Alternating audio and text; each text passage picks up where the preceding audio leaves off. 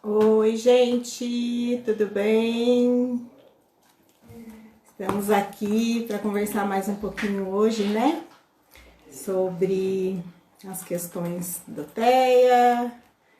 Estamos aqui para conversar principalmente sobre os cuidados, né? Que nós temos que ter conosco mesmo, para que a gente possa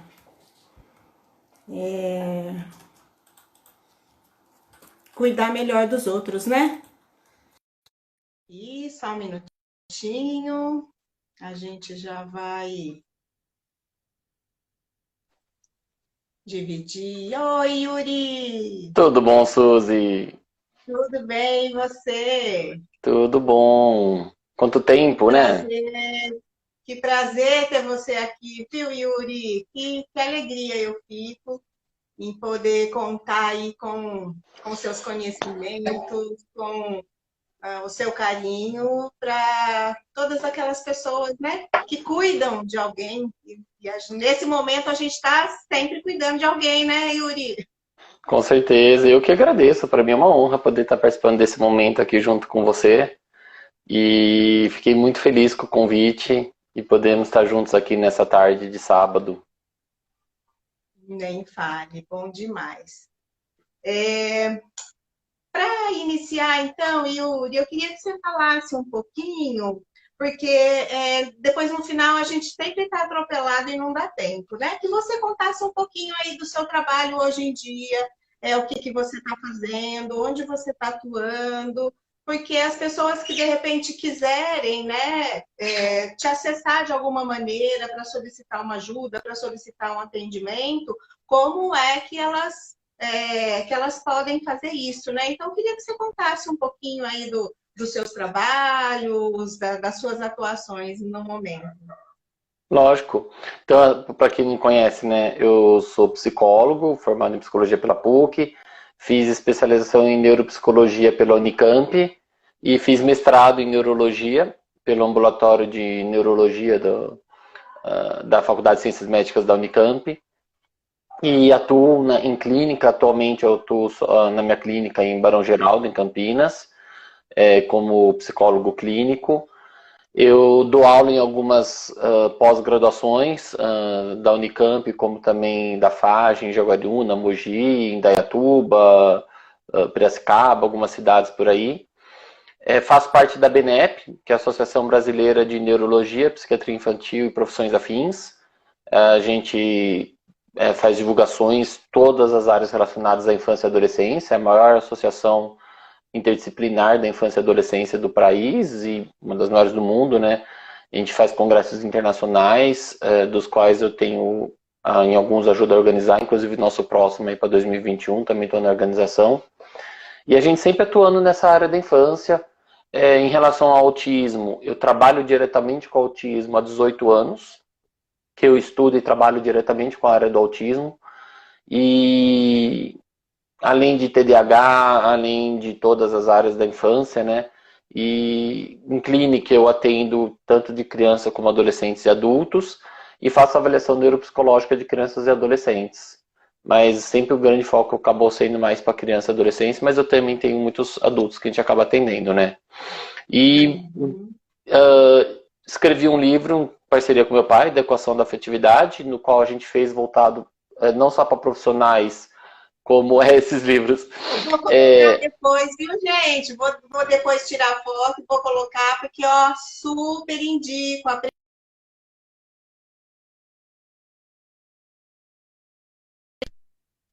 Travou, Yuri? minha internet. Oi, Aqui tá normal. voltou, voltou. Eu não sei se a minha imagem Tá. travou também. Não, tá É, bom. foi.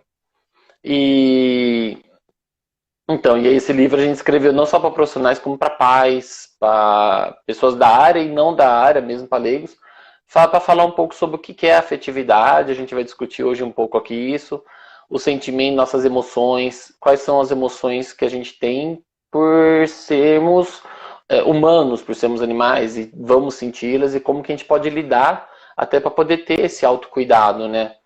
E a gente fala muito nesse livro sobre isso, sobre como lidar com a raiva, como ajudar as crianças e adolescentes com a raiva.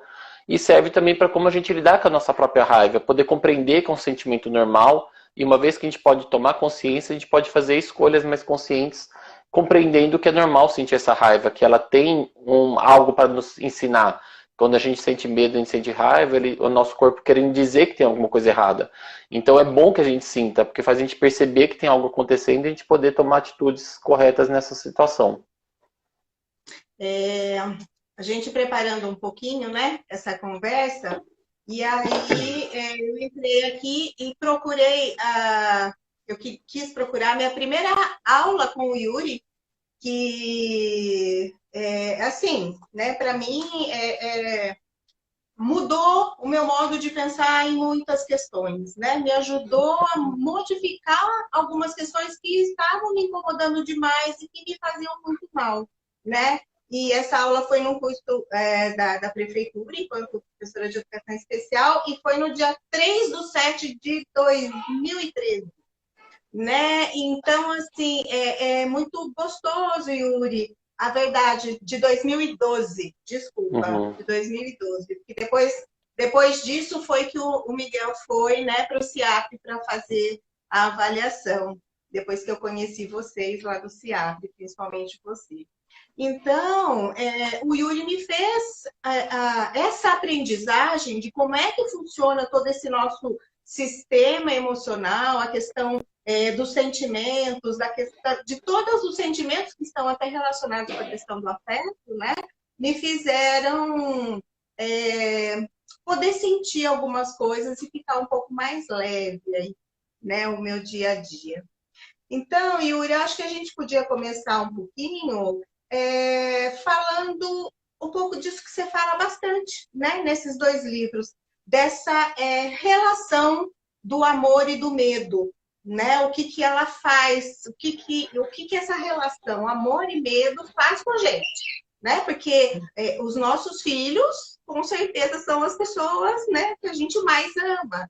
Então, consequentemente, a gente tem mais medo. Então, o que isso faz com a gente? Você pode contar um pouquinho? Lógico, até porque eu falo assim, que pra gente poder chegar nesse tema que a gente falou de como a gente se cuidar, né? Como que a gente pode cuidar de quem cuida, cuidar de quem te ama. O primeiro passo pra gente cuidar é a gente poder se compreender. Porque senão quando a gente não se compreende, situações e emoções que a gente viveria normalmente, a gente passa a começar a desenvolver culpa. E a culpa traz sempre uma punição. Então, quando a gente está irritado, quando a gente faz uma coisa errada, a gente começa a se punir sem perceber, por se culpar. Olha o que eu fiz, tá vendo? Eu sou ruim. E sem perceber, a gente começa a boicotar chances de ter felicidade por estar sentindo mal. Então, compreender esses sentimentos é o primeiro passo para a gente poder compreender como a gente pode se cuidar nas relações afetivas dentro de uma casa, junto com a família. Então, para isso, a gente tem que compreender o que são essas relações afetivas que a gente desenvolve em família. Então, eu falo muito nisso nas palestras, a gente fala no livro, para a gente entender o que é afeto. A gente tem que entender que o afeto não é sentir amor. É muito mais do que isso. Porque sentir o amor a gente sente por muitas pessoas. A gente sente por Deus, a gente sente por muitas coisas. Mas desenvolver uma relação afetiva, a gente vai além do sentimento do amor. É quando junto com esse sentimento do amor, a gente passa a sentir o medo de perder essa pessoa que a gente ama. Por isso que o nome do livro chama Equação da Afetividade. Porque a gente fala que o afeto é uma equação.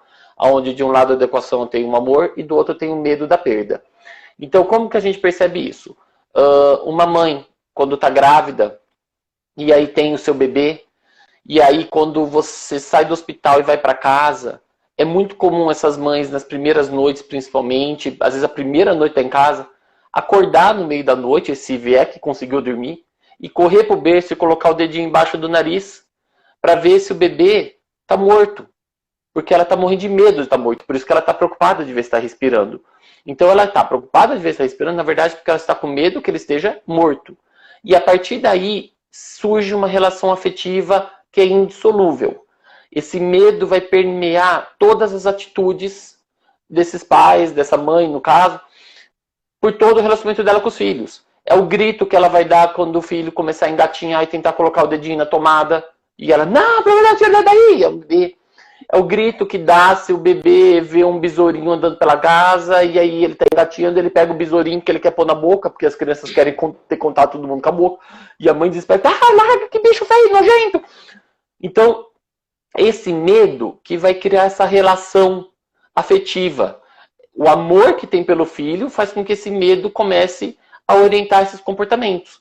É o medo que faz dar bronca nos filhos se eles estão aprontando. Por quê? Porque esse medo faz com que você comece a ter medo desse filho nunca aprender e não poder ter uma vida autônoma quando for adulto. Então, quando o bebê nasce, quando a gente tem um filho de 1, 2, 3, 4 anos, você já está planejando a vida dele até ele estar velho. Então, quando você vê com 4 anos aprontando, você fica, meu Deus, mas será que ele não vai aprender? Então, a gente começa a ter esse medo e permear nossas ações. Isso é a relação afetiva de verdade. Um casal de namorados, quando se conhecem, os primeiros meses tudo é muito lindo, porque não tem afeto, só tem paixão. Então, nada incomoda. Eu brinco nas palestras que eu falo que se o namorado soltar um pum, a namorada nem reclama, vai falar que cheira flores. Depois de 3 meses, começa a vir afeto. Começa a surgir o medo. E aí começa assim, puxa, ele falou que ia ligar às 8, ligou às 8h15. E aí demorou para ligar. E aí você começa, oi, por que você demorou para ligar? O que você está fazendo? Você está fazendo o quê? Você estava falando que tal pessoa? Começa a vir o medo da perda. Desde que esse medo esteja num tamanho normal. Um ciúme excessivo, agressivo, violento, aí não é afeto. Aí já é uma patologia que a pessoa tem. Os pequenos ciúmes, esses pequenos medos, são normais em todas as famílias. Por isso que toda família tem uma montanha-russa de momentos bons e ruins. O que esse medo mostra pra gente? Esse medo mostra que eu amo a pessoa. E que eu tenho medo de perder. Quando não existe o medo, eu não tenho uma relação afetiva. E aí a gente se torna indiferente. Então eu também sempre falo nas minhas palestras que o contrário de amor não é ódio, como a gente foi aprendido na escola. O contrário de amor é a indiferença, quando eu não me importo. Aí eu conto um exemplo sempre do sofá. Que se a gente tem um filho ou uma filha de 4 anos de idade, que pegue bolachinhas com suquinho e for comer em cima do sofá e começar a babar nesse sofá o suco com bolacha, e os pais, mamãe vai e passa na frente desse sofá e vê a criancinha de 4 anos babando suco de uva com bolacha no sofá, ela dá um grito. O que você está fazendo aqui? Eu falei 1 milhão de vezes que é para você comer lá na cozinha. Olha que sujeira você está fazendo no meu sofá. E aí vamos fazer esse filho limpar o sofá e estamos bravos. E a gente acha que é pelo sofá. O problema é que um dia seguinte, se eu receber um casal de amigos mais velhos, de 40, 50 anos de idade, adultos, que teoricamente sabem se cuidar, a gente põe eles para receber no sofá da sala e cria um ambiente super gostoso, batendo papo e fala, nossa, faz tantos anos que a gente não se vê, vamos brindar e vamos abrir um vinho. E aí quando se abre esse vinho, esse amigo de 45 anos pega essa taça de vinho sem querer balança e derruba o vinho no sofá. E qual vai ser a reação da mesma mãe com o mesmo sofá? Ela vai estar totalmente tranquila. E ela vai falar para a visita, vai ficar assim, ai, desculpa, manchei seu sofá. Ela, fica tranquila, pelo amor de Deus, o sofá é velho. Faz 2 semanas que ela comprou. Ele já era velho, eu estava precisando limpar mesmo. A visita suja a casa, a gente sempre fala assim, relaxa, a gente está precisando limpar mesmo. Mentira, porque a gente limpa a casa para receber visita. Então por que uma mesma sujeira causada por uma criança de 4 anos me gera tanta raiva, quando que uma sujeira causada por uma pessoa de 45 anos me deixa tranquila? Porque quando eu vejo o filho de 4 anos sujando o sofá, o que me incomoda não é só a mancha no sofá. É a minha relação afetiva com esse filho, porque naquele minuto eu começo a imaginar que essa criança não está aprendendo a se cuidar. Imagina quando ela for mais velha e for para casa de visitas, de amigos, e ela fizer isso, ela não vai ser mais convidada. E se ela tiver 15 anos e essa menina vai namorar e ela não sabe nem se cuidar, imagina quem que vai querer. Como que ela vai se cuidar com 20 e poucos anos, numa faculdade ou na vida adulta? A gente, em milissegundos, esse medo traz todos os medos possíveis que essa mãe já pensou. E por isso que a reação é muito mais irritante do que quando é a visita que traz o incômodo do sofá. Você olha e fala, ai, meu sofá. Mas eu consigo me controlar? Como a gente fala, mas é um estranho, você não grita com o estranho. Exato. Por que eu não grito com o estranho? Porque eu não tenho medo.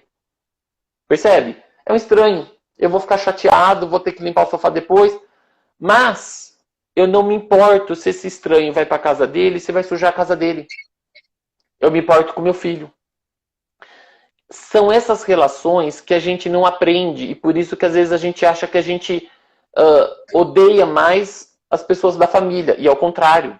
A gente costuma brigar mais com quem a gente ama, exatamente porque são as pessoas que a gente mais se preocupa.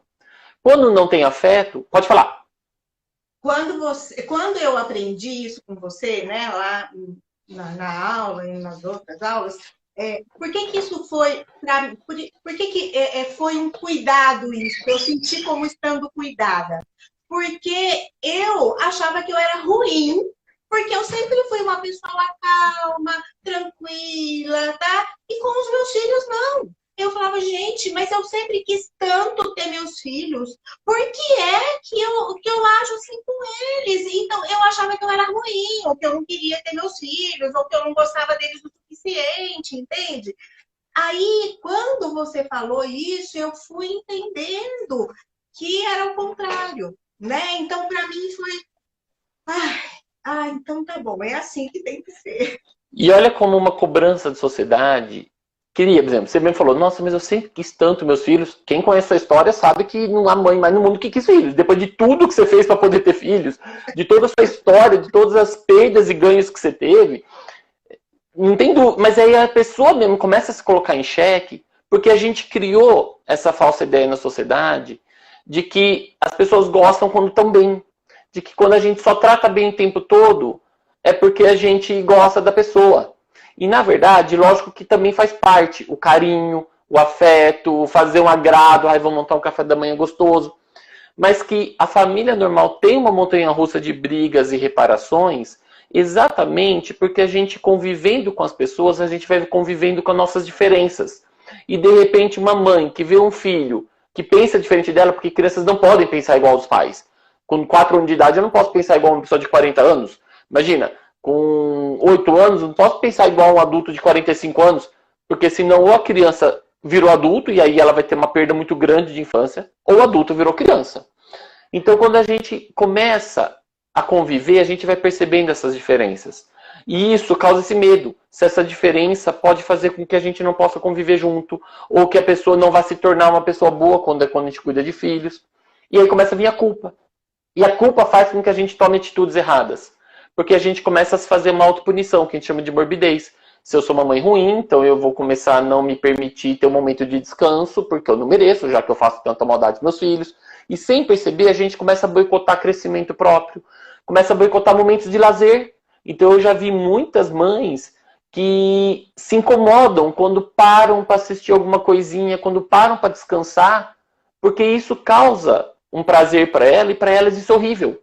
Porque como que ela pode estar tendo aqueles 5 minutos de lazer se ela é essa mãe tão ruim, que já até maltratou o filho, então ela não merece ser feliz. Então começa a boicotar a própria chance de crescimento.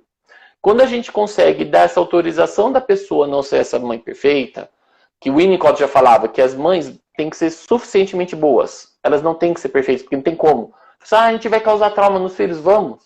Eu, como psicólogo, vou fazer meu filho. Não tem como. A gente tenta fazer o que é possível, o que é suficientemente bom para dar o que for possível para o crescimento deles, mas eles vão ter dores, eles vão ter perdas.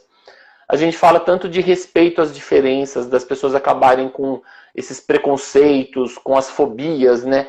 E a gente tem que passar primeiro a respeitar essa diferença de nós cuidadores com os filhos. Filho não tem que querer o que a gente quer, porque a gente adulto entende o que é o melhor para a vida dele. Ele ainda é uma criança, ele não tem como entender.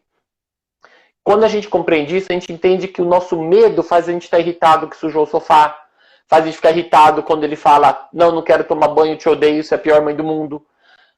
Porque bate o nosso medo. Será que eu sou tão ruim assim? Quando a gente compreende que é só uma criança, que está em dor, porque está querendo ter um prazer que o limite impede, porque o limite impede prazer, a gente pode respeitar essa diferença. Bom, eu sou um adulto que compreende a situação agora. Ele é só uma criança. Ele não precisa concordar comigo. Ele não precisa me dar o aval de ser pai e mãe. E aí eu consigo ensiná-lo o que é certo e errado. E aí eu posso entender o porquê eu fiquei com raiva. E quando a gente consegue nomear essa raiva, eu consigo modificar o meu comportamento. Quando a gente não entende, a gente começa a achar que bons pais e mães sempre estão calmos. Que a gente ama 100% os filhos. Não. Quando a gente está com raiva, a gente não deixou de amar. Quando que a gente deixa de amar? Quando a gente para de se importar. Aqueles pais que o filho tem 14 anos e falam, estou indo para uma rave e volto daqui 3 meses. E os pais falam, tá bom. Percebe? Deixa, não aguento mais. Deixa ele aprende com a vida, ele se ferra. Só que de repente esse filho vai voltar morto por um acidente de carro porque está com 14 anos pegando carona com gente bêbada, vai voltar dependente químico, e aí os pais estão tendo que internar se ele não morrer de overdose, e aí não tem mais volta, não aprendeu com a vida, ou volta com AIDS. Então a gente tem que entender que a indiferença faz com que não tenha brigas, mas aí é onde não tem o afeto. E aí fica tudo bem, porque todo mundo faz o que quer, já não tô nem aí. Quando a gente se importa com o futuro, a gente cuida, por isso que tem algumas brigas. A gente tem que manter essas brigas num nível saudável. Não pode partir para violência física, não pode partir para violências destrutivas. Então, maridos, tem um pouco de ciúme, mas começar a humilhar, jogar no... Aí já passou por uma falta de autocontrole emocional. Aí é onde a gente fala que tem a falta da saúde mental. Uhum. Essa ideia da questão da montanha-russa é muito legal, né? Porque o meu, digo para mim, né? Eu sempre pensava isso, não, que a família boa, que a família que está conseguindo educar os filhos, aquela família que não tem briga, aquela família tranquila. Então era um pouco essa sensação que eu tinha, né? E aí porque ainda mais, né, com os meninos com as questões que eles têm de impulsividade, de hiperatividade e tal, então tem muitos momentos turbulentos, né? E aí, então, depois que eu consegui, acho que, incorporar essa questão da família montanha-russa, foi uma tranquilidade muito grande para mim, né, enquanto cuidadora. E aí, quando você diz também, Yuri, que essa questão da indiferença é muito interessante, né? A gente estava tendo homeschooling até uma semana e meia atrás, agora os meninos estão de férias, né? E fazer lição de casa do Miguel é um caos, né? Então, são assim, 10, 15 minutos de muita, ele fala, xinga a escola, xinga o professor, xinga o parará, então, e é muito tempo isso até que a gente dá, agora chega, né? Sobe na montanha-russa, dá aquela descidona, né? E aí, então, ele se estabiliza, né? E aí, outro dia, ele não estava conseguindo se estabilizar. Eu falei assim, olha, filho, então nós vamos combinar o seguinte, não quero mais saber, entendeu? Você não quer fazer? Ai, a mamãe cansou. Chega! Mas para que você vai fazer isso? Não, eu tô aqui tentando, faz 40 não, acho que faz uns 10 minutos. Faz 10 minutos que a mamãe tá aqui, sentada, te ouvindo, a mamãe já te deu água, a mamãe deixou você falar, você não para. Não dá mais. Não, mas mãe, você não gosta mais de mim? Você não tá nem aí comigo? Você não vai cuidar de mim? Então, assim, né, eu acho que é bem a definição disso que você está dizendo, né? A hora que eu me coloquei como indiferente, então tá bom, você não quer? Você vai ficar sem estudar, paciência, mas você não vai cuidar de mim, você não gosta mais de mim, né? Mas eu falei, o que você quer que eu faça? Você tem que falar para mim, filho, você precisa fazer a lição. Eu amo, Miguel. Exatamente. Eu assim, olha só como é uma coisa interessante, né? Um adolescente agora, autista, consegue compreender, por mais que dê raiva nele os limites, até ele entende que isso é cuidado. E que quando a gente para de se importar, que isso deixa de ter cuidado. Olha que coisa interessante, o quanto ele tá lá, esbravejando, com raiva, eu odeio. Mas dentro dele, mesmo sendo autista, ele já entende que isso é cuidado. Eu costumo dizer isso. Não é só todas as crianças, todos os adolescentes, todos os adultos. O que Lacan, eu gosto muito dessa frase que a gente sempre fala muito. Aprendi isso com meu pai, que sempre foi um lacaniano, estudou muito. E ele falou isso, que uma frase linda do Lacan é: o desejo fundamental do ser humano é o desejo de ser desejado. Ou seja, o que todo ser humano mais quer na vida é ser desejado por alguém. Então, quando a gente consegue colocar esses limites com o nosso desejo, independente do desejo do outro, e a gente se coloca nesse lugar de cuidador, a pessoa, por mais que ela se incomode com o limite, ela compreende que está sendo cuidada. E quando ela consegue suportar essa montanha-russa de sentimentos, que a gente também combinou de falar hoje sobre por que eles reagem tão assim, eles podem depois vir a relação afetiva, eles entendem que foram cuidados. Então, como que eu oriento nesses cuidados para as casas? Muitas vezes a gente tem que passar esses minutos e tem hora que a gente não aguenta, porque nós também temos nossos sentimentos, a gente também tem angústia, a gente também fica ansioso. Mas, quando a gente consegue, na hora do limite, colocar que é o nosso desejo, sinto muito, filho, agora você vai ter que parar de brincar e tomar banho. Por quê? Porque eu te amo e eu tenho medo de você ficar doente. E eu preciso de você se cuidando. Eu preciso de você na minha vida. Ah, agora tem que fazer a lição de casa. Por quê? Porque eu te amo e eu preciso dessa lição para você. Quando a gente se coloca como ser desejante, a gente permite que ele se frustre, porque ele vai ter que abrir mão de um prazer para fazer uma coisa que é desprazerosa. E fazer homeschooling, fazer lição em casa, é desprazeroso. No mundo onde tem tantos prazeres, você parar de brincar, parar de sair de uma internet, de um jogo, de uma televisão, de tantas diversões que eles têm, para fazer uma lição de casa, não traz prazer. Por mais que nós, educadores, possamos ver tantos benefícios do estudo, enquanto se está estudando, a criança ou adolescente, eles não sentem prazer.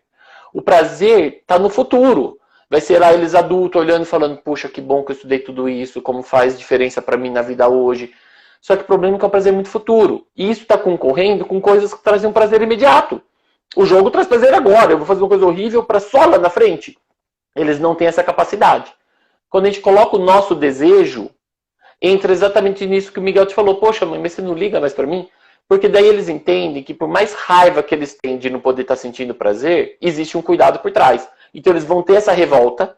Por que essa revolta? Essa revolta é uma reação natural. Imagina que a gente veja um leão brincando com uma garrafinha e a gente fala, poxa, ele pode se engasgar com essa garrafa e fazer mal. A gente vai lá, tira da boca do leão e fala, agora você para de brincar? O leão vai lá e morde a gente. Percebe? Ninguém tem coragem de fazer isso. As pessoas vão atirar, vão anestesiar, fazer o leão dormir para tirar de perto dele. Por quê? Porque sabe que o leão vai reagir com raiva. Se a gente tiver um pitbull raivoso e a gente querer dar um castigo, agora você tem que ir lá pro canto, as pessoas não vão ter coragem. A área do cérebro que faz o leão reagir mordendo, que faz um pitbull morder, que faz qualquer mamífero, qualquer réptil, anfíbios atacarem, é a área do cérebro que nós também temos. Nosso sistema límbico, nossas amígdalas cerebrais, que processam as emoções e que vão criar a nossa defesa. Toda vez que eu me sinto atacado, toda vez que eu sinto que eu vou ter uma perda, que eu vou sofrer, eu vou me defender. Quando a gente pega uma criança que está brincando e eu falo para ele, agora você vai parar de brincar e fazer uma coisa ruim, ativa essas áreas que vai fazer ele sentir medo. Ele vai ter medo de perder, de não ter mais aquele prazer que ele estava sentindo. Por mais que nós temos a consciência que no dia seguinte ele vai brincar mais, naquele momento é uma reação de instinto. Eu estou arrancando o bichinho da boca do cachorro que ele está brincando. Ele vai ficar, tipo, solta. Mesmo ele tendo trazido o bichinho, o brinquedinho para você tacar para ele, na hora que você vai arrancar, ele começa a ficar com raiva. É um instinto de proteção. Quando a gente coloca o nosso desejo de cuidado do filho, a gente entende que é um instinto dele reagir com eu odeio, eu não quero, não quero. E a gente ensina ele a suportar a frustração. Quando ele vê que ele pode se frustrar e a gente suporta por ele. Pode ficar bravo.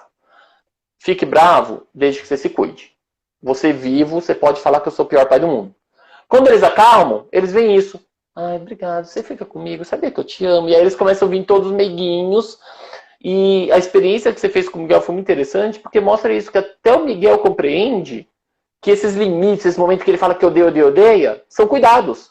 E que naquele momento, por que ele reage pior? Porque ele tem uma dificuldade de autocontrole. Então, para ele vai ser muito mais difícil controlar essa reação de instinto. Ele é mais instintivo. É a gente cuidar de um cachorrinho mansinho, de um golden, de um labrador e cuidar de um pitbull. Eu tenho que ter muito mais cuidados para dar os limites para o pitbull, sabendo que ele pode reagir muito mais do que uns cachorros que nascem para ser mais obedientes. Então a gente tem que compreender que existem diferenças. Eu vou cuidar de um labrador que é super inteligente, um golden retriever, raças que são super inteligentes, e vou cuidar de um urso marrom. Poxa, será que eu vou conseguir cuidar do mesmo jeito? É diferente. Eu vou cuidar de um tigre. Aí é diferente. Eu sei que a reação do tigre pode ser muito mais instintiva, então eu tenho que ter muito mais cuidado. Eu tenho que saber que ele vai reagir muito mais vezes agressivamente. Então, é todo outro tipo de cuidado. Então, a gente entender que se as pessoas, o que elas mais desejam é ser desejadas, é a gente colocar isso nos limites. E aí eles vão compreender que a gente não está sendo indiferente. Porque até eles sabem que a indiferença é falta de amor. E eu tenho vários adolescentes que têm pais indiferentes, né? Já atendi vários. E que podiam sair, fazer o que quiser, podiam dirigir com 15, 16 anos, ter moto, fazer o que quiser. E começavam inconscientemente a se colocar em situações de risco para ver até onde os pais davam limite e falavam, olha, agora chega, se passou do limite. Então eles vão se colocando em risco como uma forma de pedir ajuda. Isso que o Miguel falou é uma tirinha que eu uso da Mafalda na palestra, quando a gente vai falar desse desejo fundamental, em que ela fala assim, tchau mãe, vou brincar na casa do Felipe. E a mãe só fala, tá bom, tchau. Aí ela desce as escadas, para, sobe, volta de volta, olha pra mãe e fala, eu não volte tarde, sua negligente. Tipo, mãe, se eu tô saindo, você tem que falar, olha, só não volta tarde. Percebe? Tipo, mostra que você se preocupa comigo. Isso é uma tirinha da Mafalda, feita há muitos anos atrás. E que já mostrava isso, tipo, ó, fala que você se preocupa comigo. As pessoas querem ser desejadas. Se a gente fala para as pessoas que o motivo, isso é uma das coisas que até eu e você conversamos nessa uso de falar hoje. E eu acho que dá pra gente encaixar nisso agora. A diferença do saber e fazer o que é certo e errado. A gente ouviu por muitos anos a ideia de que a explicação faz a gente se cuidar. Vamos explicar a importância do banho. Vamos explicar que cigarro faz mal. Vamos explicar a importância de andar 60 por hora na rua. E o que se sabe hoje é que explicação não faz a gente se cuidar. Se explicação fizesse se cuidar, ninguém tomava multa de velocidade. Porque a gente saberia como andar na velocidade certa. Ninguém iria beber e dirigir. Quando a gente fazia, antes da quarentena, fazia os churrascos de amigos, que agora estão proibidos, mas a gente não iria oferecer a saideira para aquele amigo que está dirigindo. Que fala, ó, acho que está chegando tarde, preciso ir embora. E ele, pô, toma então mais uma antes de ir. Olha que absurdo que a gente fala. Percebe? E isso eu estou falando de adultos. Quantos médicos têm todo o conhecimento e pedem para as famílias se cuidarem, e eles mesmos são lá obesos, trabalhando 12 horas por dia sentados, sem almoçar direito, sem se alimentar, fumando. E eles têm conhecimento. Conhecimento a gente usa para cuidar de quem a gente ama. Quantas vezes a gente se cuida só quando isso vai afetar o outro? Uma mãe grávida cuida da saúde, preocupada com os bebês, mais do que ela cuidava antes de engravidar. Ela toma cuidado com todos os remédios que tomam. Então, o quanto a gente não entendeu que o conhecimento a gente usa para cuidar dos outros. Isso é bíblico. A gente tem aqueles ditados velhos, em casa de ferreira, espeta de pau, santo de casa não faz milagre. Ou seja, nossos avós, bisavós já falavam desses ditados populares que ensinam pra gente isso. O conhecimento a gente aprende para cuidar do outro. Não serve pra gente se cuidar. Então, quando eu tento colocar o conhecimento na hora de cuidar de um filho, eu estou colocando, na verdade, eu estou destruindo a autoestima dele. Porque eu coloco como se ele tivesse errado de estar desejando o contrário. Imagina, uma criança de 5 anos vai querer ficar brincando em vez de tomar banho. E eu falo, mas o banho é bom, o banho é bom. E ele vai se sentir péssimo. Ele vai falar, poxa, eu gosto de brincar. Eu não queria tomar banho. E minha mãe fala que o banho que é a coisa boa. Que brincar já brincou muito, que eu não deveria estar querendo. Então eu sou horrível. E aí eu começo a destruir minha autoestima. Em vez de eu colocar, que bom que ele quer brincar mais. Porque limite nunca pode ir pro desejo. É sempre a realidade. Que bom que você queria brincar mais. Que bom que você não queria parar de brincar. Infelizmente, a gente tem que parar e tomar banho. Porque eu me preocupo com a sua saúde. E aí, Yuri, eu acho que é bem... eu me lembro da professora Ana Paula, do Jardim das Amoras. Beijo, Ana. Foi uma das professoras do Miguel. Ela falava assim para mim, ela falava que o Miguel, às vezes, ele não tinha o desejo de brincar junto, o desejo de estar, ele sempre ficava, né, mais isolado, não tinha o desejo de experimentar outras comidas pela seletividade alimentar. Então ela falava assim, Suzy, a gente tem que ter o desejo por ele. Então vamos lá, vamos juntos ter o desejo por ele para ajudá-lo a ter o desejo dele. Né? Então, isso é uma coisa que sempre me marcou muito, tá? Ele não quer, então vamos querer por ele, vamos fazer junto, né? E aí, tem a Maria Cláudia, ela perguntou aqui, Yuri, que ela tem, acho que é um filho com TDAH de 15 anos. Deixa eu só confirmar. Isso mesmo.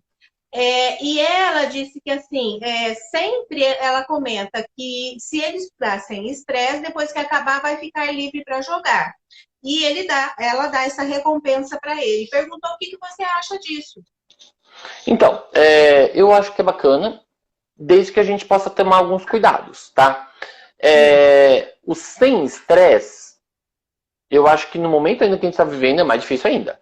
O que ela pode colocar é que se ele estudar, podendo compreender que por mais chato que seja, ele vai ter que suportar fazer esse esforço para ele poder ter. Então, se ele mostrar, não é assim, mas se ele mostrar que ele está suportando, fala, olha, filho, eu sei que você não gosta, tudo bem que você acha ruim, mas que tal você tentar sentar lá, estudar, e aí você terminando, você tem o seu lazer, como todos nós temos, percebe? Se eu trabalho, eu recebo, se eu não trabalho, eu não recebo. Se eu me cuido, minha saúde fica boa. A gente fala muito dessa coisa do recompensa, o que precisa sempre deixar claro é isso, é o merecimento. Ele batalhou, ele se esforçou para merecer ter esse lazer. E isso é o que a gente tem com a vida.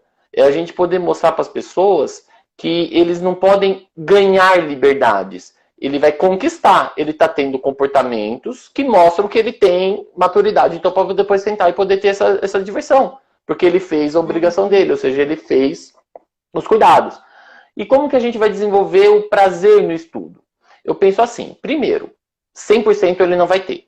Porque escola, vamos pensar de crianças no caso, crianças e adolescentes. A escola, ela traz matérias obrigatórias, não são matérias que a gente sente prazer.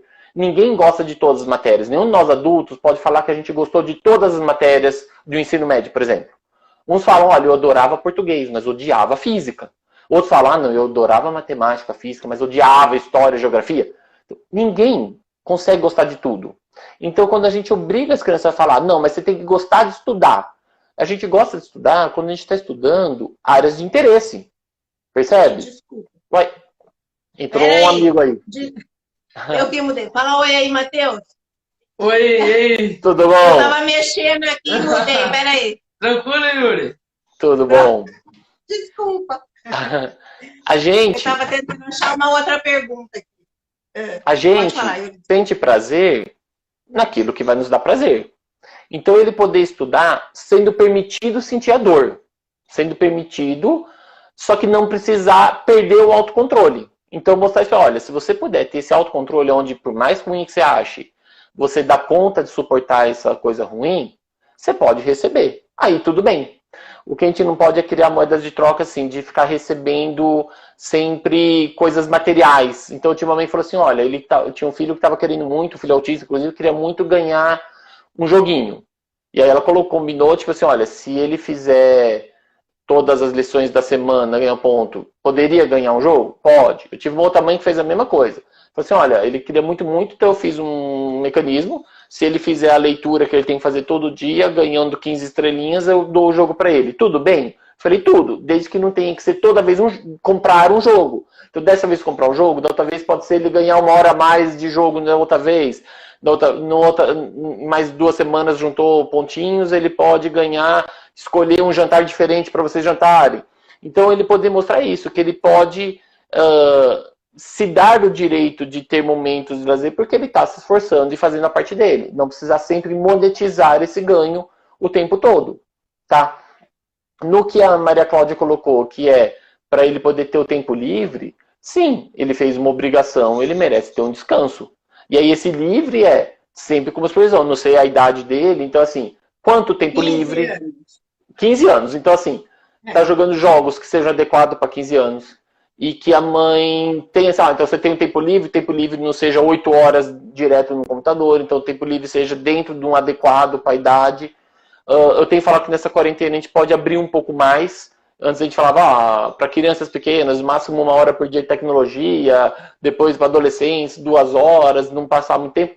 Hoje, eles estão trancados, não adianta a gente falar que eles vão jogar futebol na quadra, não tem como. Então, tudo bem a gente abrir um pouco mais esse espaço, não precisa passar o dia todo. Então, a mãe poder moderar, de resto, tá tranquilo.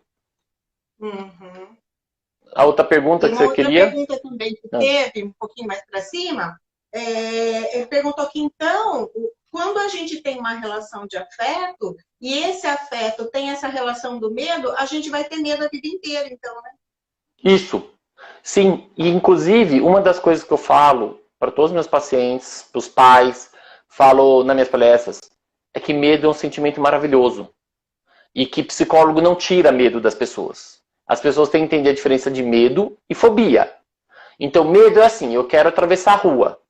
Eu preciso ter medo para não ser atropelado, para me lembrar de olhar para os lados antes de atravessar, para ver se está vindo um carro, eu suportar a chatice de estar atrasado, mas esperar o carro passar para ir. Quando eu não tenho medo, são aquelas pessoas que vê que o carro está vindo e falam, não, mas acho que dá tempo, corre!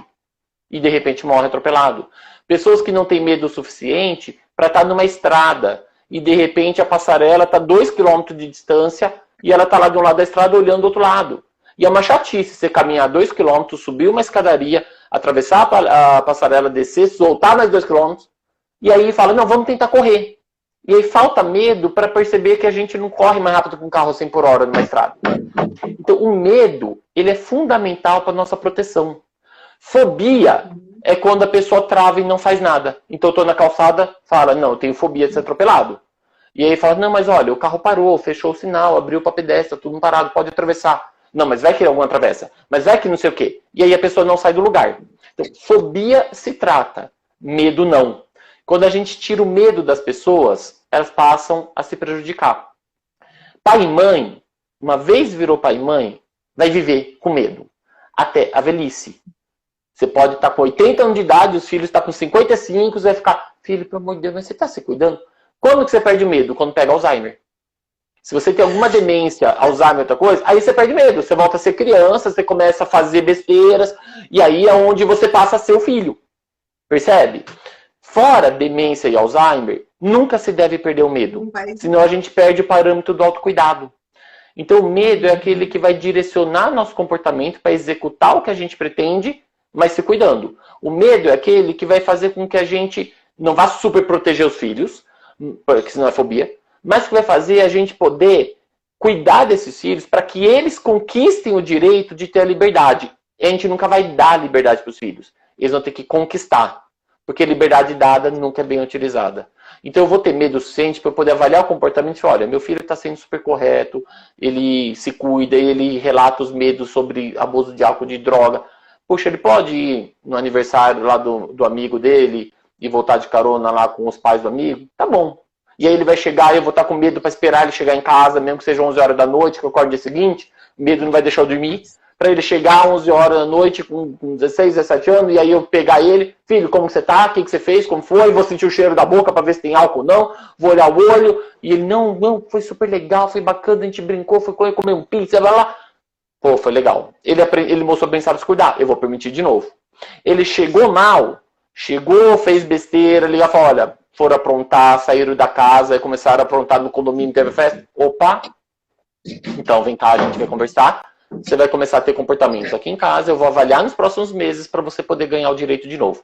É como tirar a carta de motorista. Com 18 anos, as crianças não podem, os adolescentes, né, crianças, não podem dirigir carro. Não é porque fez 18 anos pode dirigir carro. Com 18 anos você vai poder conquistar o direito de dirigir um carro. Você vai ter que fazer aula prática, aula teórica, passar no exame médico, exame psicotécnico. Se passar em tudo, ganha o direito de dirigir carro. Para sempre? Não. Desde que você não quebre as leis. Tomou mais de 21 pontos, perde a carteira, vai reconquistar de novo. É assim que a gente lida com liberdade. As pessoas têm que conquistar e mostrar que merecem, porque elas estão tendo autocuidado para isso. Essa coisa que você fala de autorizar a criança a não gostar de alguma coisa, autorizar, porque assim, né, quando você diz, quero tomar banho, eu não quero tomar banho é chato mesmo. Não quero fazer lição, é horrível fazer lição. Não, realmente é horrível. Então, isso eu acho muito interessante também. Porque o que geralmente a gente faz é tentar convencer que é legal.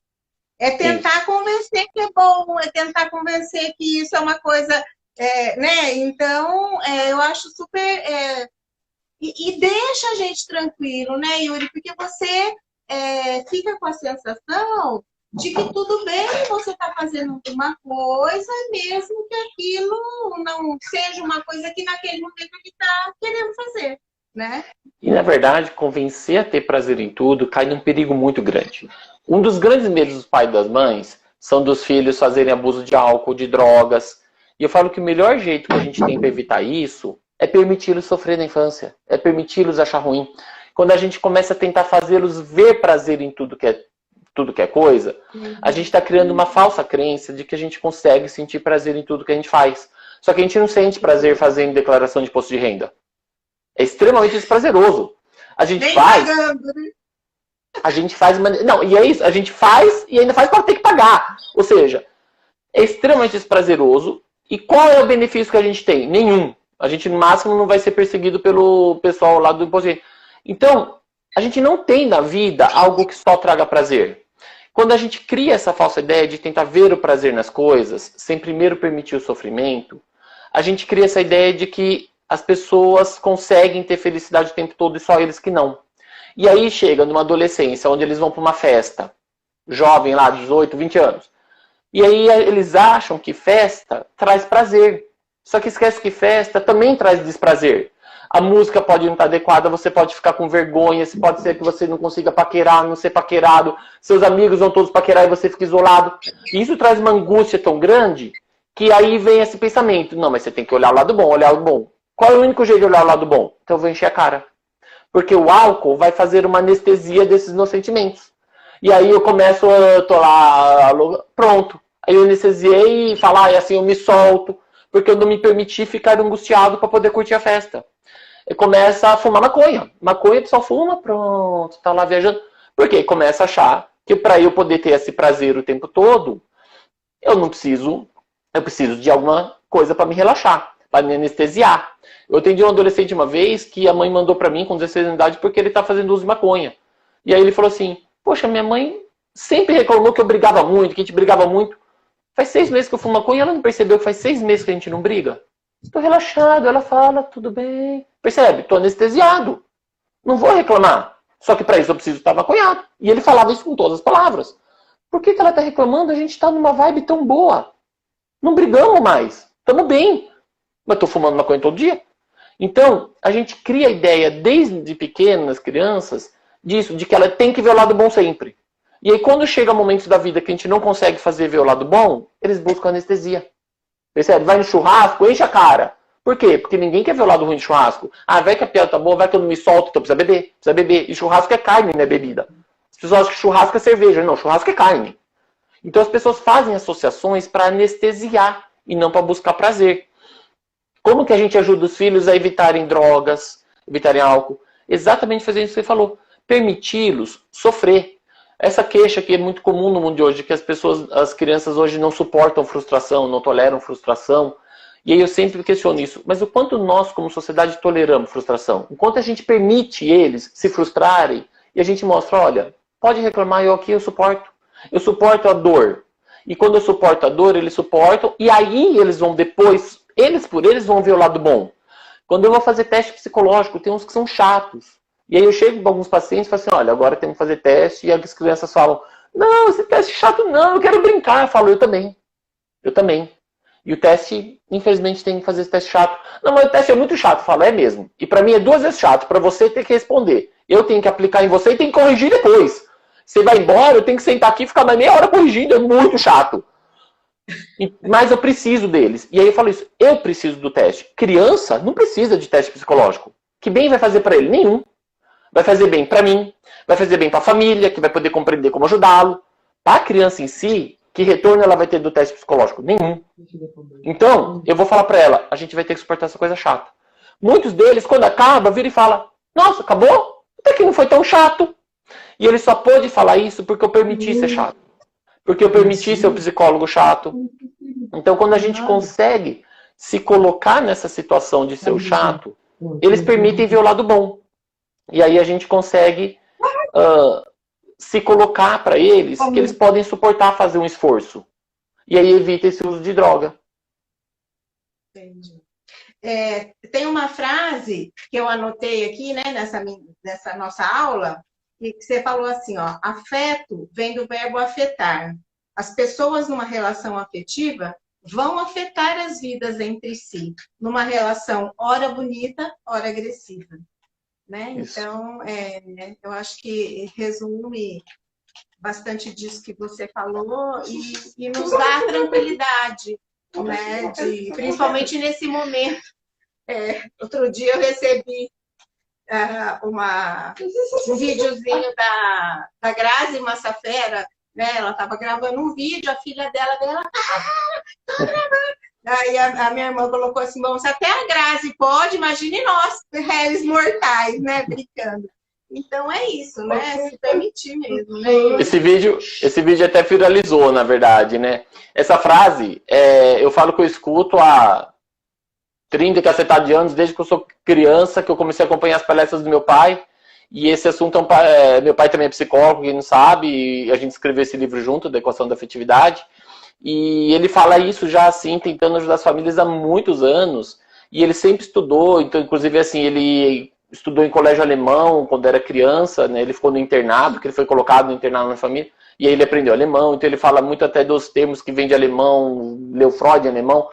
E aí ele fala muito isso, dessa questão do afetar, o quanto a gente é afetado um pelo outro. Por isso que gera essas brigas e reparações. Então o que o Freud falava que era importante? É fazer essa reparação. É a gente poder, quando está próximo das pessoas, a gente tem amor, mas a gente tem esse medo da perda, então a gente fica com raiva, fica com ciúme, quer cuidar. Então a gente vive nessa quarentena. O que é importante a gente fazer? Ter o momento de, quando eu vejo que estou irritado, calma, deixa eu me afastar um pouco, porque quando a gente está longe, a gente se acalma e aí o sentimento mais forte vem o amor. E aí é onde a gente começa a repensar, fala, opa, acho que eu exagerei. E é onde a gente consegue chegar e falar, olha, filho, desculpa se eu gritei demais, você sabe que eu quero te cuidar, eu tô com medo. O filho falar, desculpa, eu sei que eu acho que eu exagerei. Então a gente tem que se permitir dar esse tempo, não querer resolver no imediato. Nós também vivemos numa sociedade imediatista. A gente fala muito das crianças e dos adolescentes que são todo imediatistas, querem na hora certa, mas nós também somos assim, porque nós sofremos influências da sociedade. Falar que a gente vive sem influência é mentira. Tanto que a gente aprende a falar português porque a gente nasceu no Brasil. Se a gente nascesse na Alemanha, a gente falaria alemão. Então, a gente sofre influência o tempo todo. Então, a gente também se torna imediatista, a gente também quer uma resposta imediatista. E, às vezes, a gente esquece do valor do tempo, coisas que se faziam muito antigamente. Os irmãos estão brigando, cada um para um quarto, então, não tem mesmo, cada um tem um quarto, então passaram um pouquinho, sentem, fiquem quietos. E dá esse tempo, o tempo para relaxar, respirar, se acalmar, e retomar e falar, opa, vamos fazer a reparação. Que cada um pensar no que fez. E dá esse tempo da gente fazer, porque essa reparação aumenta muito mais a relação afetiva. Eu não levar a sério quando o filho fala, você é a pior mãe do mundo, eu te odeio. Por que ele está falando isso? Porque eu acabei de dar um limite para ele? Não, não é que ele odeia, ele só está irritado. Se eu tenho autoestima, se eu confio no meu cuidado, eu sei que depois vai chegar a noite e ele vai mudar de ideia. Então eu vou falar, tá bom, filho, me odeio, mas eu vou cuidar de você. A sua vida é mais importante do que qualquer coisa. Você pode fazer cara feia, desde que você não deixa tomar banho para você não ficar doente. Pode fazer cara feia, desde que você não deixa escovar dente. E aí chega no final do dia, eles vão estar, mamãe, faz não sei o que, mamãe fica comigo, mamãe, posso conversar com você? Posso ficar com você? E aí você entende que nunca foi o ódio pelo pai, pela mãe. Só foi o ódio por perder aquele prazer imediato. Se eu diferenciar o desejo da realidade, eu quero poder nunca fazer lição de casa. Que bom. Infelizmente não é possível, porque se a gente não fizer isso, a gente não aprende. Mas se tivesse um jeito da gente poder aprender as coisas sem fazer lição de casa, todo mundo ia querer. Se inventasse um jeito da gente pôr um chipzinho e passar tudo de uma vez na nossa cabeça, todo mundo ia querer isso. É o que todo mundo quer, não para de buscar informação.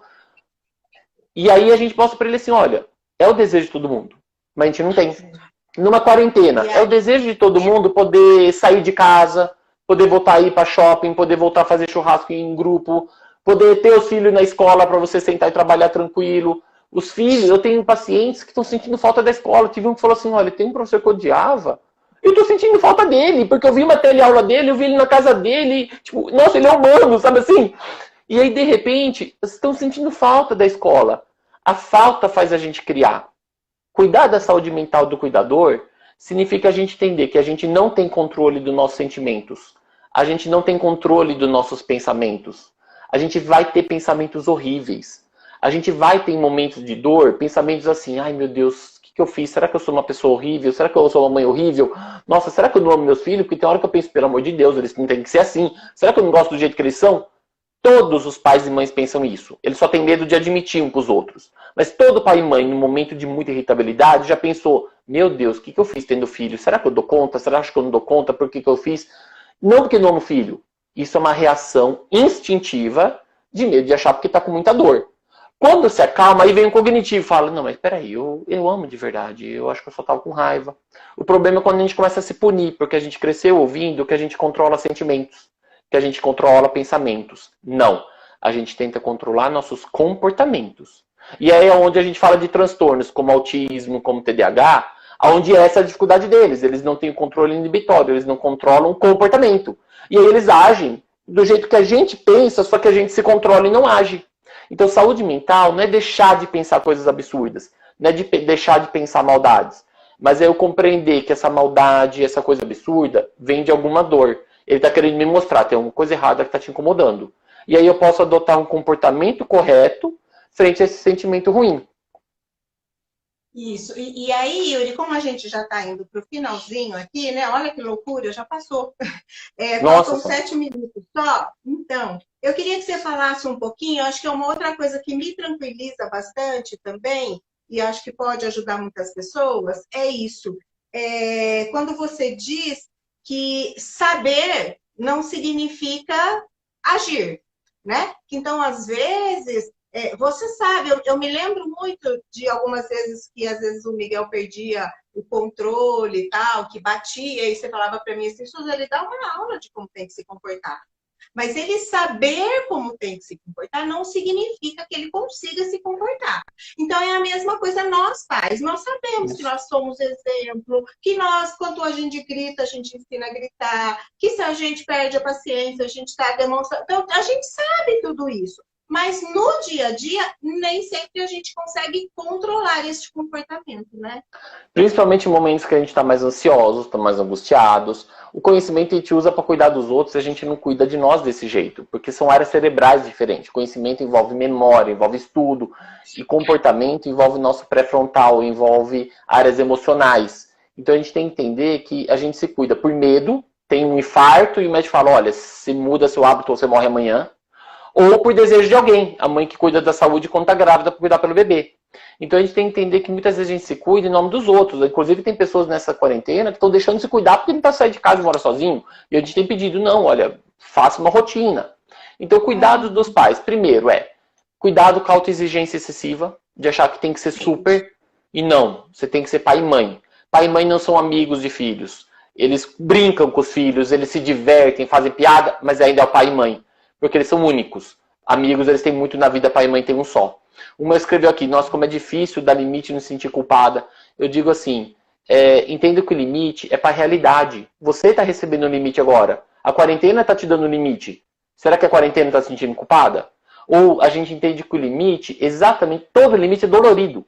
Limite significa eu fazer algo que é contra o meu desejo. Ninguém dá o limite e fala assim, agora você vai tomar sorvete, agora você vai fazer churrasco. O limite você não pode fazer churrasco. O limite sempre vai ser dolorido. Então, dar limites, não se sinta culpada, porque exatamente é o maior cuidado que a gente pode ter. É ensinar para as pessoas que a gente não tem tudo que a gente quer. Não significa que a gente deixa de desejar. Se deixar de desejar, é depressão. Quando a gente fala de cuidar da nossa saúde, cuidar da nossa cabeça, então vem, primeiro, a gente normalizar nossos sentimentos. Entender que pai e mãe sentem raiva, sentem medo, pensam coisas horríveis. Vão errar e vão poder fazer reparações.